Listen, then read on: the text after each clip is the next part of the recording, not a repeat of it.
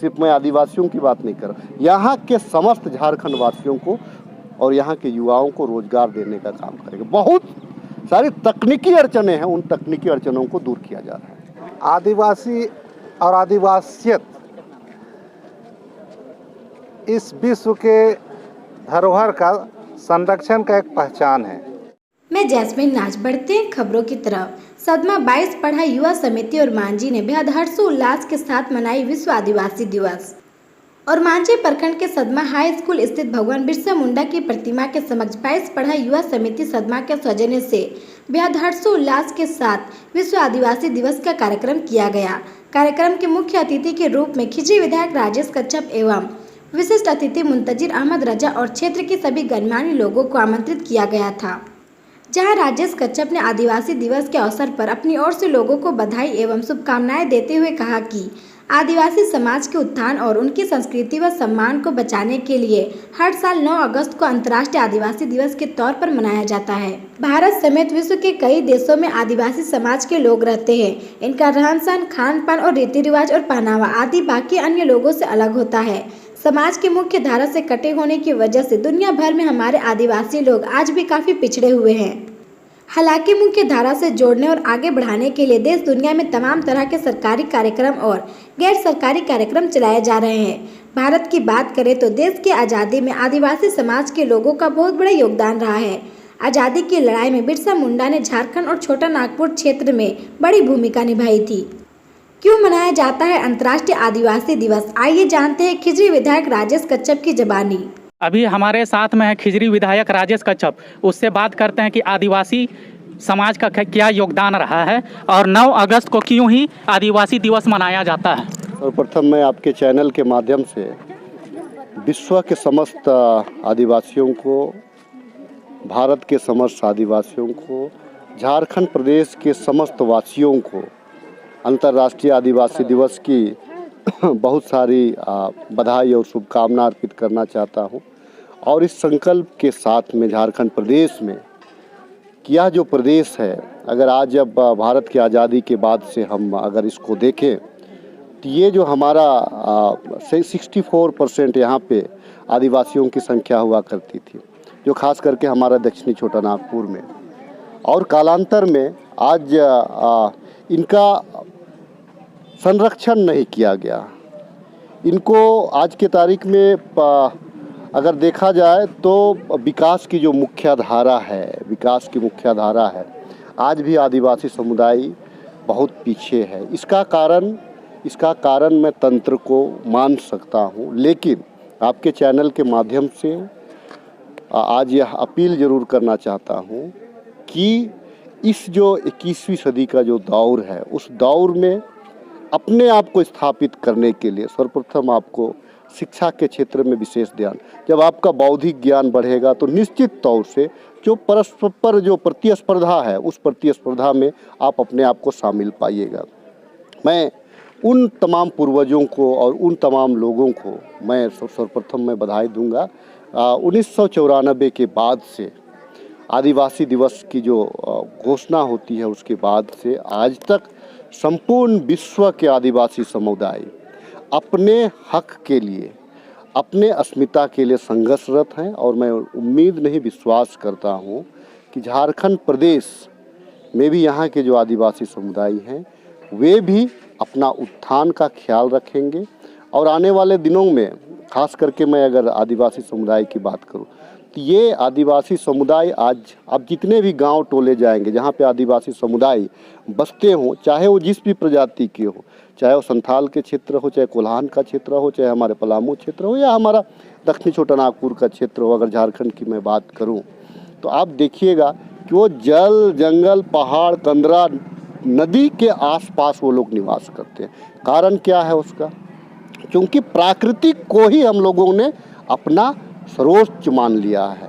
प्राकृतिक का रक्षा ही हमारा परम लक्ष्य है, क्योंकि हम तो उसको ईश्वर मानते हैं, हम उसको अपना आराध्य मानते हैं और जिसके गोद में हम रहते हैं। आज के तारीख में आदिवासियों का अगर विकास करना है तो 9 अगस्त को मैं आदिवासी दिवस के अवसर पर आपके चैनल के माध्यम से मैं यह संदेश देना चाहता हूँ कि कंक्रीट का विकास को आदिवासी विकास नहीं मानते हैं, अपितु अपनी भाषा, संस्कृति, अपनी पहचान, उनकी जो अस्मिता, उनकी जो कार्यशैली, जल, जंगल, जमीन, कंदरा, नदी, पहाड़, पर्वत, इनको संरक्षित करके इनका विकास किया जा सकता है। अगर मैं एक बात आपको कह सकता हूँ कि एक आदिवासी को आप अगर महानगर के किसी कोना में छोड़ दीजिएगा तो वो नहीं रह पाएगा, लेकिन उसको जंगल में आप छोड़ दीजिएगा तो भली भांति बड़ा सुख चैन से वो रह लेगा। आदिवासी समाज को देखा जाए कि कम से कम 7 से 8 हज़ार समुदाय निवास करते हैं। झारखंड में इनका क्या योगदान है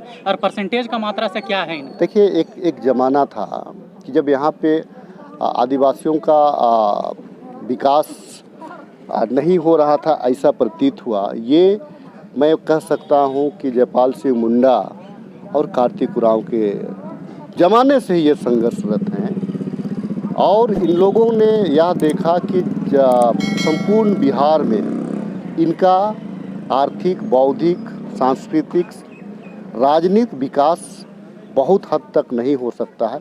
उसी के परिदृश्य में आज उस टाइम का एक सोच था, जयपाल सिंह मुंडा जी का एक सोच था कि उड़ीसा का कुछ क्षेत्र, मध्य प्रदेश का कुछ क्षेत्र, बंगाल का कुछ क्षेत्र और बिहार का कुछ क्षेत्र और जो छत्तीसगढ़ का कुछ क्षेत्र, ये बृहद झारखंड की परिकल्पना थी। लेकिन कालांतर में कुछ जगह को हम लोगों ने काट नहीं पाया और आज वे कुछ बिहार में हैं, कुछ बंगाल में हैं, कुछ उड़ीसा में हैं, कुछ छत्तीसगढ़ में हैं, कुछ मध्य प्रदेश में हैं, बाकी झारखंड में है। तो झारखंड, आप जब आंदोलन हो रहा होगा तो आप देखते होंगे कि सारे समुदाय का योगदान है, तमाम यहाँ के मूल बासिंदे का योगदान है, लेकिन उसमें आदिवासी समाज अपनी अस्मिता की रक्षा के लिए बढ़ चढ़ करके हिस्सा लिया है। नतीजा क्या है कि आज हम झारखंड प्रदेश में वास करते हैं। आप देखा जाए झारखंड मंत्रालय में अभी महागठबंधन की सरकार है और कल से अगस्त क्रांति और बेरोजगार को लेकर के पूरा एकदम सड़क में उतरे हुए हैं। आप वो सबको क्या संदेश देना चाहते हैं और इसके आने वाला प्रतिकूल में देखा जाए सरकार क्या फैसला लेगी? देखिए, एक चीज़ है, झारखंड बने 20 साल हो गए, 21वां वर्ष को होने को है। अभी तक का जो गांठ है उस गांठ को खोलने में, रस्सी का गांठ को खोलने में थोड़ा वक्त लगता है। हम लोगों का गठबंधन का राष्ट्रीय जनता दल, झारखंड मुक्ति मोर्चा और कांग्रेस की माननीय हेमंत सोरेन जी की अगुवाई में सरकार बनी। हम लोगों ने वादा किया था, हमारी मैनिफेस्टो में भी था कि मैं रोजगार दूंगा, झारखंड वासियों को रोजगार दूंगा। हम लोग जो पुराना जो नियोजन नीति था उसको उसमें परिवर्तन करके नया रूप से, ताकि यहाँ के लोगों को दोबारा जब नौकरी, यहाँ की तमाम नौकरियाँ आपको कोर्ट में हैं, मानते हैं कोरोना एक बहाना नहीं है, लेकिन कोरोना रहा है जहाँ लोग किताब कॉपी भी पकड़ने से परहेज किए, किताब कॉपी लोग नहीं तो हम लोगों ने तो वादा किया था कि 2 साल में हम लोग नौकरियां देंगे, लेकिन कोरोना महामारी भी आया, इसका भी हम लोगों को ख्याल है। लेकिन ये बात निश्चित तौर से कह सकते हैं, माननीय हेमंत सोरेन जी की जो सरकार है, आदिवासियों के अस्मिता के लिए पृथक आदिवासी धर्म कोड भी, जो पूरे विश्व में एकमात्र ऐसे राज्य है जिन्होंने विशेष सत्र बुला करके इसको कैबिनेट से पारित किया। अब हम लोग उम्मीद कर रहे हैं आदरणीय प्रधानमंत्री नरेंद्र मोदी जी से कि हम लोग आदिवासी समुदाय जो डिमांड कर रहे हैं और आदरणीय हेमंत सोरेन जी की अगुवाई में जो हम लोगों ने बिल यहाँ से पास करके भेजा है, आप हमको पृथक धर्म कोड और इस बार का जो जनगणना है उस जनगणना के पूर्व में आदिवासी धर्म कोड को हमको आप दीजिए, तब मैं मानूंगा कि हम लोग समस्त लोग आदिवासी को अपने साथ कदम से कदम मिलाकर चलाने में हम लोगों को लगता है कि आप सोच रखते हैं। रही बात नौकरियों की, बहुत सारी नौकरियां केंद्र सरकार ने बंद कर रखी है, चाहे वो बैंकिंग का मामला हो, सारे बैंक को मर्ज कराया जा रहा है, रेलवे का मामला हो, प्राइवेटाइज कराया जा रहा है। तो कल के तारीख में झारखंड के युवा भी सेंट्रल के जॉब में जाते थे, लेकिन आज सेंट्रल का जॉब आप देखिएगा तो करीब करीब बंद पड़ा हुआ है। जो झारखंड का हिस्से का बात है, झारखंड के हिस्से का बात है, निश्चित तौर से जो गांठ है उस गांठ को तोड़ते हुए हेमंत सोरेन की अगुवाई वाली सरकार यहाँ के, सिर्फ मैं आदिवासियों की बात नहीं कर रहा, यहाँ के समस्त झारखंड वासियों को और यहाँ के युवाओं को रोजगार देने का काम करेगा। बहुत सारी तकनीकी अड़चने हैं, उन तकनीकी अड़चनों को दूर किया जा रहा है। विश्व आदिवासी दिवस के शुभ अवसर पे पूरा समाज को आप क्या संदेश देना चाहते हैं? शिक्षित बनो, संघर्ष करो और आगे बढ़ो। मैं समस्त विश्व के आदिवासियों को विश्व आदिवासी दिवस की ढेरों शुभकामना, समस्त भारतवासियों को अगस्त क्रांति की ढेरों शुभकामना देता हूँ। आदिवासी दिवस 9 अगस्त को मनाया जाता है पूरा विश्व में, तो आप आदिवासी समाज को क्या संदेश देना चाहते हैं? आदिवासी समाज को सबसे पहले तो विश्व आदिवासी दिवस के शुभ अवसर पर बधाई देना चाहूँगा, और उसके साथ ही मैं आदिवासी समुदाय को ये कहना चाहूँगा कि आप अपने अस्तित्व के लिए संघर्ष करो। हम सभी आपके साथ हैं। आदिवासी चूँकि कोई संप्रदाय का नाम नहीं, आदिवासी और आदिवासियत इस विश्व के धरोहर का संरक्षण का एक पहचान है। इसलिए आदिवासी की अस्तित्व की रक्षा बहुत ज़रूरी है। अगर हम विश्व के पर्यावरण की रक्षा करना चाहते हैं तो आदिवासियत की रक्षा हमको करनी ही होगी, आदिवासी के अस्तित्व को बचाना होगा। आज जिस तरह पूरा दुनिया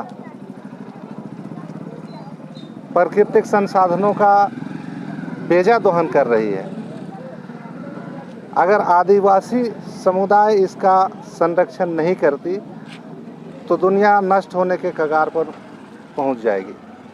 मगर आदिवासी और आदिवासियत का इस दुनिया को नमन होना चाहिए कि उन्होंने प्रकृति को सहेज कर रखा है, और प्रकृति को सहेजने के लिए, इस सृष्टि को बचाने के लिए आदिवासियों के अस्तित्व की रक्षा और आदिवासियत की रक्षा निहायत ज़रूरी है। इसलिए मैं कहना चाहूँगा कि आदिवासी बंधु, आप अपने अस्तित्व के लिए, आदिवासी के अस्तित्व के लिए, आदिवासियत की पहचान के लिए आप संघर्षरत रहो।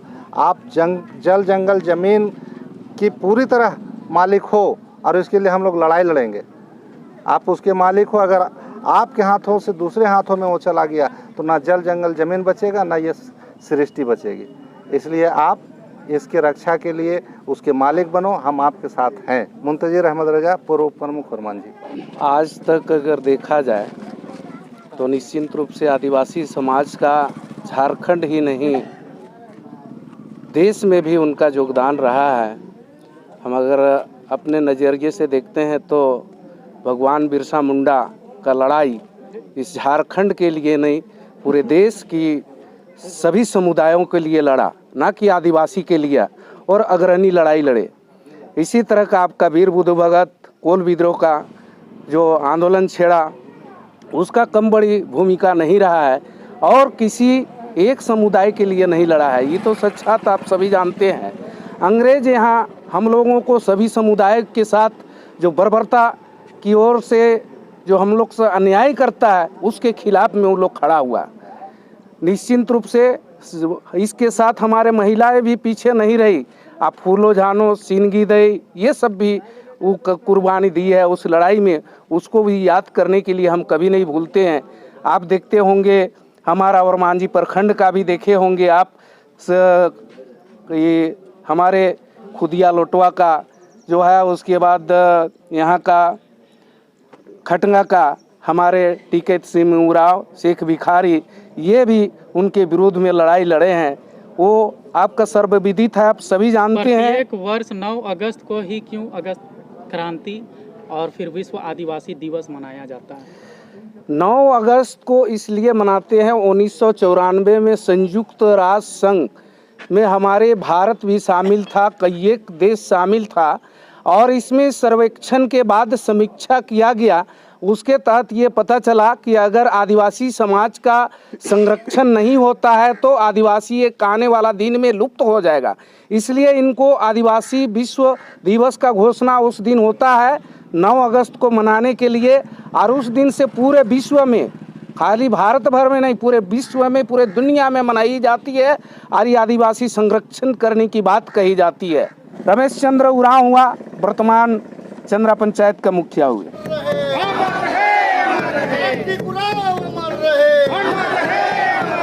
राष्ट्रीय आदिवासी एकता जिंदाबाद, जिंदाबाद, जिंदाबाद। राष्ट्रीय आदिवासी दिवस जिंदाबाद, जिंदाबाद, जिंदाबाद। बिरसा मुंडा अमर रहे।